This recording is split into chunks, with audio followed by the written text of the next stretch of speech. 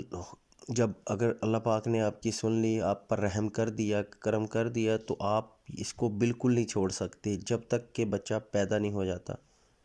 اس کو چھوڑنا آپ کے لیے بہت زیادہ نقصان دہ ہوگا۔ اس دوران اگر آپ کو برے خواب آئیں، خواب اس طرح کے آئیں گے مطلب کہ آپ کو لگ رہا ہے کہ آپ کا بچہ جو پیٹ میں ہے وہ مر گیا ہے، یا اس کو مار دیا گیا ہے، یا اس کا کوئی گلا دوبارہ، اس طرح کا کوئی بھی خواب ہے، اس خواب کو ضائع کرنا بہت ضروری ہے۔ صبح جیسے ہی نیند سے بیدار ہوں یا اس وقت ہی اگر آنکھ کھل جائے تو الٹے کندھے پہ 3 بار تھتکارنا ہے، تھتکارنے کے بعد دعا پڑھنی ہے، اعوذ باللہ من شر الشیطان و شرہا، یہ 3 مرتبہ یہ دعا پڑھیں، انشاءاللہ خواب کا اثر جو ہے ضائع کر دیں۔ اگر موالد سے کسی رابطے میں ہے تو موالد کو اپنا خواب بھی ضرور بتائیں۔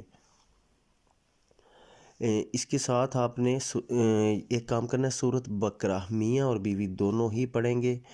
چاہے دن میں 1 صفحہ ہی کیوں نہ ہو یا 2 صفحہ ہو، کوشش کریں زیادہ پڑھیں، اگر 1-2 صفحہ لازمی پڑھیں، اور گھر میں آڈیو میں یہ سورۃ بقرہ لازمی 1 مرتبہ گھر میں اپنے چلائیں بلند آواز سے۔ دوران علاج یاد رکھیں پڑھائی بالکل نہیں چھوڑ سکتے،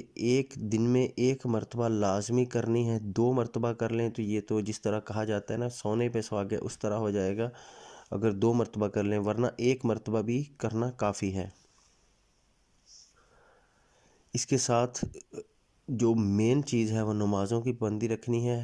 نمازوں کی پابندی کے ساتھ صبح شام کے اذکار جو ہیں یہ آپ کے لیے مضبوط حصار ہیں، اگر یہ حصار آپ توڑ دیں گے تو شیطان آپ پر حملہ بھی کر سکتا ہے، قابض بھی ہو سکتا ہے۔ اس کو آپ نے بالکل نہیں چھوڑنا، نہ خاوند چھوڑے اور نہ اس کی نہ بیوی چھوڑے۔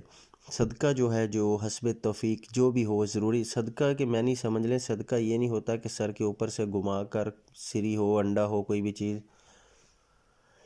اس کو آپ اوپر سے 7 چکر لگوائیں اور لگوا کے پھینک دیں، یہ صدقہ نہیں ہوتا، یہ تو آپ کا مال برباد ہو رہا ہے۔ صدقہ کا مطلب ہوتا ہے کسی غریب مستحق کو دیں، جتنے بھی ہوں 20 30 40 50 جو آپ کے حسب توفیق ہے وہ آپ اس کو دے سکتے ہیں۔ اس دوران مزید رہنمائی اگر درکار ہو تو ہمارے ساتھ رابطے میں رہ سکتے ہیں، واٹس ایپ پہ بھی میسیج کر سکتے ہیں، کمنٹ میں بھی بتا سکتے ہیں۔ اگر آپ دوستوں کو ہماری ویڈیو، بہنوں بھائیوں کو ہماری ویڈیو اچھی لگتی ہے تو میں آخر پہ یہی کہوں گا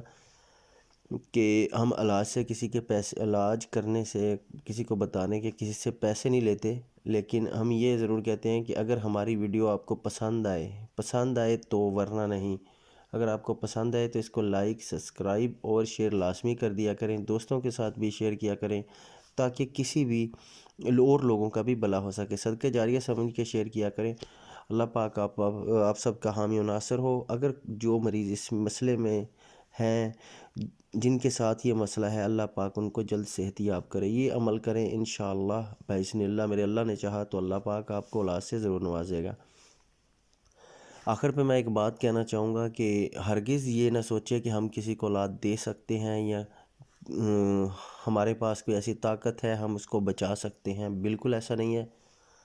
ہمارا جو کام ہے وہ اللہ سے دعا کرنا ہے، ہم تو عاجز ہیں، وہ چاہے تو اپنے در سے دے دے، وہ چاہے تو لٹا دے، بالکل ہمیں دھکے مار کے نکال دے، یہ اس کی مرضی ہے، ہم بے بس ہیں اس کے سامنے۔ ہمارا کام ہے علاج کرنا، شفا من جانب اللہ، یہ اللہ کا کام ہے، وہ شفا کب دیتا ہے، تو اس لیے اللہ پر ہی توکل کرنا ہے، بابوں پہ، پیروں، فقیروں، مجھ جیسے بندے پہ یا کسی اور پہ بالکل توکل نہیں کرنا۔ آپ کا توکل جو ہے صرف اللہ تعالیٰ پہ ہونا چاہیے، انشاءاللہ عز و جل اللہ پاک آپ کو ضرور کامیاب کرے گا۔ انشاءاللہ اگلی ویڈیو میں پھر ملیں گے، تب تک کے لیے اجازت چاہتا ہوں۔ السلام علیکم ورحمۃ اللہ وبرکاتہ۔